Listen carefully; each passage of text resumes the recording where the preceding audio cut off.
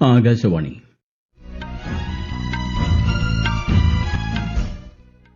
നമസ്കാരം. വാർത്തകൾ വായിക്കുന്നത് ഗോപകുമാർ.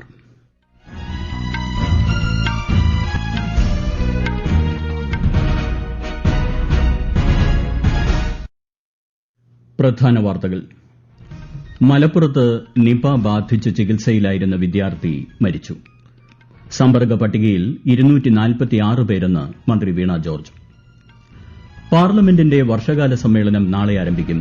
സമ്മേളനത്തിന് മുന്നോടിയായുള്ള സർവകക്ഷി യോഗം ന്യൂഡൽഹിയിൽ ചേർന്നു. 150-ലധികം രാജ്യങ്ങൾ പങ്കെടുക്കുന്ന ലോക പൈതൃക സമ്മേളനത്തിന് ഇന്ന് ന്യൂഡൽഹിയിൽ തുടക്കമാകും. പ്രധാനമന്ത്രി നരേന്ദ്രമോദി സമ്മേളനം ഉദ്ഘാടനം ചെയ്യും. കർണാടകയിലെ ഷിരൂരിൽ മണ്ണിടിച്ചിലിൽ കാണാതായ കോഴിക്കോട് സ്വദേശിക്കായുള്ള തെരച്ചിൽ തുടരുന്നു. ഏഷ്യാ കപ്പ് വനിതാ ട്വന്റി ക്രിക്കറ്റിൽ ഇന്ത്യ UAE മത്സരം ഉച്ചയ്ക്ക് 2-ന്. വാർത്തകൾ വിശദമായി. മലപ്പുറത്ത് നിപ ബാധിച്ച് ചികിത്സയിലായിരുന്ന വിദ്യാർത്ഥി മരിച്ചു. ഇന്നലെ നിപ സ്ഥിരീകരിച്ച പാണ്ടിക്കാട് സ്വദേശിയാണ് കോഴിക്കോട് മെഡിക്കൽ കോളേജിൽ ചികിത്സയിലിരിക്കെ മരിച്ചത്. വെന്റിലേറ്ററിലായിരുന്നു കുട്ടി. ഇന്ന് രാവിലെ 11:30യോടെയാണ് മരണം സ്ഥിരീകരിച്ചതെന്ന് മന്ത്രി വീണ ജോർജ് മാധ്യമങ്ങളോട് പറഞ്ഞു. രാവിലെ അതീവ ഗുരുതരാവസ്ഥയിലായ കുട്ടിക്ക് ഹൃദയാഘാതവും ഉണ്ടായി. സംസ്കാര ചടങ്ങുകൾ നിപ പ്രോട്ടോകോൾ അനുസരിച്ചായിരിക്കും നടത്തുകയെന്നും മന്ത്രി പറഞ്ഞു. ഈ മാസം 10-നാണ് കുട്ടിക്ക് പനി ബാധിച്ചത്. പൂനെ നാഷണൽ ഇൻസ്റ്റിറ്റ്യൂട്ട് ഓഫ് വൈറോളജിയിലേക്ക് അയച്ച സാമ്പിൾ ഫലം ഇന്നലെ പോസിറ്റീവായിരുന്നു. 246 പേരാണ് നിലവിൽ നിപ സമ്പർക്ക പട്ടികയിലുള്ളതെന്ന് ആരോഗ്യമന്ത്രി വീണ ജോർജ് മലപ്പുറത്ത് അവലോകന യോഗത്തിന് ശേഷം വാർത്താസമ്മേളനത്തിൽ അറിയിച്ചു. ഇതിൽ 63 പേർ ഹൈറിസ്ക് വിഭാഗത്തിൽപ്പെടുന്നവരാണ്. ഇവരിൽ രോഗലക്ഷണമുള്ള 2 പേരുടെ സാമ്പിളുകൾ ആദ്യം പരിശോധിക്കുമെന്നും മന്ത്രി പറഞ്ഞു. സമ്പർക്ക പട്ടികയിലുള്ളവരുടെ പരമാവധി സാമ്പിളുകൾ കേരളത്തിൽ പരിശോധിക്കാൻ കഴിയുമെന്നാണ് കരുതുന്നത്. കോഴിക്കോട് മെഡിക്കൽ കോളേജിലെ സൌകര്യങ്ങൾക്ക് പുറമെ തോന്നയ്ക്കൽ വൈറോളജി ഇൻസ്റ്റിറ്റ്യൂട്ടിൽ PCR സൌകര്യമുണ്ട്. കൂടാതെ പൂനെ വൈറോളജി ഇൻസ്റ്റിറ്റ്യൂട്ടിൽ നിന്നും ഒരു മൊബൈൽ ലാബ് കൂടി എത്തിക്കുമെന്നും മന്ത്രി അറിയിച്ചു. ലോക പൈതൃക സമിതിയുടെ 46ാമത് സമ്മേളനം പ്രധാനമന്ത്രി നരേന്ദ്രമോദി ഇന്ന് വൈകിട്ട് 7 മണിക്ക് ന്യൂഡൽഹിയിലെ ഭാരത് മണ്ഡപത്തിൽ ഉദ്ഘാടനം ചെയ്യും. ഈ മാസം 31 വരെ നീളുന്ന ലോക പൈതൃക സമിതി സമ്മേളനത്തിന് ഇന്ത്യ ആദ്യമായാണ് ആതിഥേയത്വം വഹിക്കുന്നത്. ലോക പൈതൃകവുമായി ബന്ധപ്പെട്ട വിഷയങ്ങൾ ചർച്ച ചെയ്യുന്നതും പൈതൃക പട്ടികയിൽ ഉൾപ്പെടുത്തേണ്ട സ്ഥലങ്ങൾ തീരുമാനിക്കുകയും ചെയ്യുന്നത് ഈ യോഗത്തിലാണ്. നിലവിലുള്ള 124 ലോക പൈതൃക സ്വത്തുക്കളുടെ സംരക്ഷണ റിപ്പോർട്ടുകൾ, അന്താരാഷ്ട്ര സഹായം, പൈതൃക ഫണ്ടുകളുടെ വിനിയോഗം എന്നിവയും യോഗം ചർച്ച ചെയ്യും. 150-ലധികം രാജ്യങ്ങളിൽ നിന്നുള്ള 2000-ഓളം പ്രതിനിധികൾ യോഗത്തിൽ പങ്കെടുക്കും. പാർലമെന്റിന്റെ വർഷകാല സമ്മേളനത്തിന് നാളെ തുടക്കമാകും. അടുത്ത മാസം 12 വരെയാണ് സമ്മേളനം. വിശദാംശങ്ങളിലേക്ക്. പാർലമെന്റിന്റെ മൺസൂൺ സെഷനിൽ ധനമന്ത്രി നിർമ്മല സീതാരാമൻ ചൊവ്വാഴ്ചയാണ് കേന്ദ്ര ബജറ്റ് അവതരിപ്പിക്കുക. പ്രധാനമന്ത്രി നരേന്ദ്രമോദിയുടെ നേതൃത്വത്തിലുള്ള 3ാം സർക്കാർ അധികാരത്തിലെത്തിയതിനു ശേഷമുള്ള ആദ്യ ബജറ്റാണിത്. സമ്മേളന കാലയളവിൽ 6 പുതിയ ബില്ലുകൾ സർക്കാർ അവതരിപ്പിക്കും. ദുരന്ത നിവാരണ നിയമത്തിൽ ഭേദഗതി വരുത്തുന്നതിനുള്ള ബിൽ, 1934-ലെ എയർക്രാഫ്റ്റ് നിയമത്തിന് പകരമായുള്ള ഭാരതീയ വായുയാൻ വിധേയക് 2024 എന്നിവ ഉൾപ്പെടെയാണിത്. രാജ്യത്തെ വ്യോമയാന മേഖലയിൽ ഈസ് ഓഫ് ഡൂയിങ് ബിസിനസ് മെച്ചപ്പെടുത്താൻ ലക്ഷ്യമിടുന്നതാണ് ഭാരതീയ വായുയാൻ വിധേയക് 2024. പാർലമെന്റിലെ അജണ്ട നിശ്ചയിക്കുന്നതിനുള്ള business advisory committee Lok Sabha speaker Om Birla വ്യാഴാഴ്ച രൂപീകരിച്ചിരുന്നു. ശ്രീ ബിർലയുടെ നേതൃത്വത്തിലുള്ള സമിതിയിൽ വിവിധ പാർട്ടികളിൽ നിന്നായി 14 അംഗങ്ങളാണുള്ളത്. News desk, Akashvani. പാർലമെന്റിന്റെ വർഷകാല സമ്മേളനത്തിന് മുന്നോടിയായി കേന്ദ്ര സർക്കാരിന്റെ നേതൃത്വത്തിൽ ഇന്ന് സർവകക്ഷി യോഗം ചേർന്നു. ഇരുസഭകളുടെയും സുഗമമായ പ്രവർത്തനം ഉറപ്പുവരുത്താൻ യോഗത്തിൽ എല്ലാ പാർട്ടികളോടും സർക്കാർ അഭ്യർത്ഥിച്ചു. കേന്ദ്രമന്ത്രിമാരായ രാജ്നാഥ് സിംഗ്, കിരൺ റിജിജു, അർജുൻ റാം മേഘ്വാൾ, JP നദ്ദ, ചിരാഗ് പസ്വാൻ, രാംദാസ് അത്താവലെ, കോൺഗ്രസ് നേതാവ് ജയറാം രമേശ്, NCP നേതാവ് പ്രഫുൽ പട്ടേൽ, DMK നേതാക്കളായ TR Balu, Tiruchi Shiva, AIMIM MP Asaduddin Owaisi തുടങ്ങിയവർ യോഗത്തിൽ പങ്കെടുത്തു. കർണാടക ഷിരൂരിൽ മണ്ണിടിച്ചിലിൽ കാണാതായ കോഴിക്കോട് സ്വദേശിയായ ലോറി ഡ്രൈവർ അർജുനായുള്ള തെരച്ചിൽ 6ാം ദിവസത്തിലേക്ക് കടന്നു. റഡാറിൽ സിഗ്നൽ ലഭിച്ച സ്ഥലത്താണ് ഇന്ന് തെരച്ചിൽ നടത്തുന്നത്. തെരച്ചിലിനായി കരസേന ഉച്ചയോടെ ഷിരൂരിലെ അങ്കോലയിൽ എത്തും. ബലഗാവിയിൽ നിന്നുള്ള സംഘമാണ് തെരച്ചിലിന് നേതൃത്വം ഏറ്റെടുക്കുന്നത്.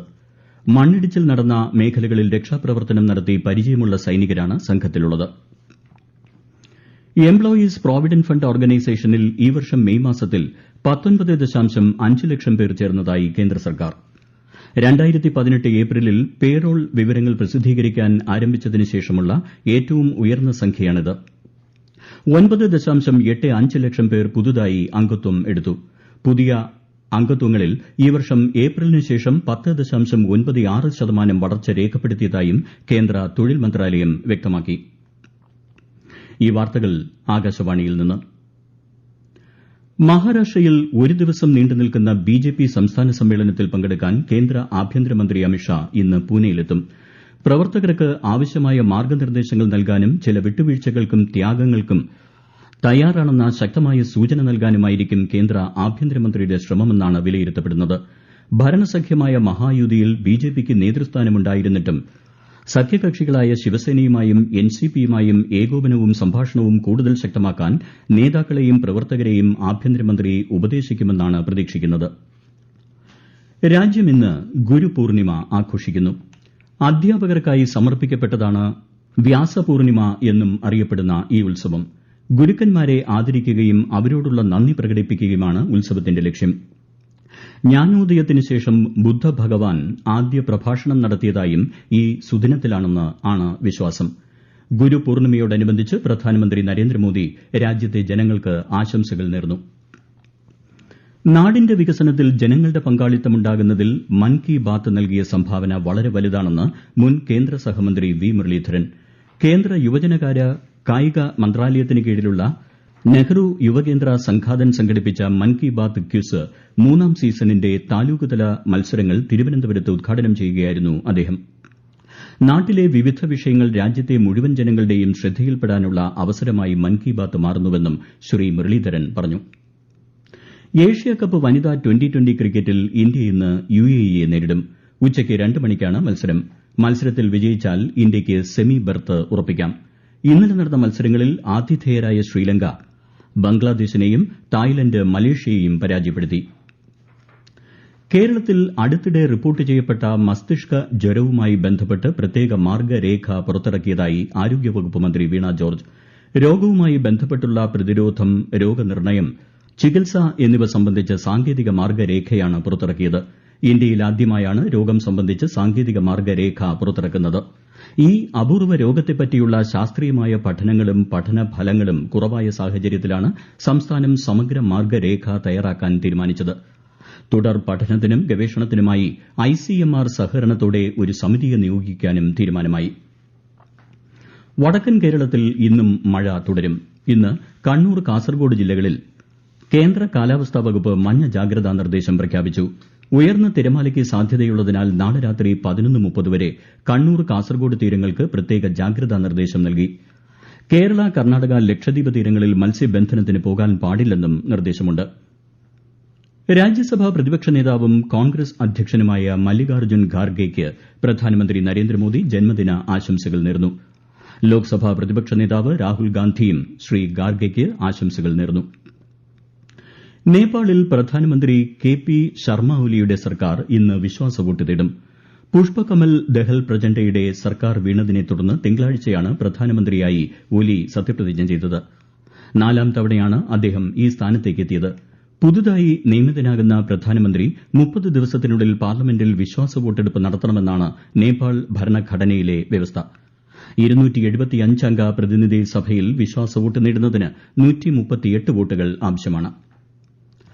അമർനാഥ് ഗുഹാക്ഷേത്രത്തിലേക്കുള്ള തീർത്ഥാടനത്തോടനുബന്ധിച്ച് 3113 തീർത്ഥാടകർ അടങ്ങുന്ന പുതിയ സംഘം ജമ്മുവിലെ ഭഗവതി നഗർ യാത്രി നിവാസ് ബേസ് ക്യാമ്പിൽ നിന്ന് കാശ്മീർ താഴ്വരയിലേക്ക് പുറപ്പെട്ടു.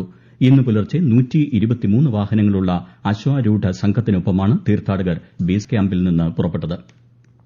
പ്രധാന വാർത്തകൾ വീണ്ടും. മലപ്പുറത്ത് നിപ ബാധിച്ച് ചികിത്സയിലായിരുന്ന വിദ്യാർത്ഥി മരിച്ചു. സമ്പർക്ക പട്ടികയിൽ 246 പേരെന്ന് മന്ത്രി വീണ ജോർജ്. മസ്തിഷ്ക ജ്വരവുമായി ബന്ധപ്പെട്ട് പ്രത്യേക മാർഗ്ഗരേഖ പുറത്തിറക്കി കേരളം. പാർലമെന്റിന്റെ വർഷകാല സമ്മേളനം നാളെ ആരംഭിക്കും. സമ്മേളനത്തിന് മുന്നോടിയായുള്ള സർവകക്ഷി യോഗം ന്യൂഡൽഹിയിൽ ചേർന്നു. 150-ലധികം രാജ്യങ്ങൾ പങ്കെടുക്കുന്ന ലോക പൈതൃക സമ്മേളനത്തിന് ഇന്ന് ന്യൂഡൽഹിയിൽ തുടക്കമാകും. പ്രധാനമന്ത്രി നരേന്ദ്രമോദി സമ്മേളനം ഉദ്ഘാടനം ചെയ്യും. കർണാടകയിലെ ഷിരൂരിൽ മണ്ണിടിച്ചിലിൽ കാണാതായ കോഴിക്കോട് സ്വദേശിക്കായുള്ള തെരച്ചിൽ തുടരുന്നു. ഏഷ്യാകപ്പ് വനിതാ ട്വന്റി ക്രിക്കറ്റിൽ ഇന്ത്യ UAE മത്സരം ഉച്ചയ്ക്ക് 2-ന്. വാർത്തകൾ കഴിഞ്ഞു. അടുത്ത വാർത്താ പ്രക്ഷേപണം വൈകിട്ട് 6:30-ന്.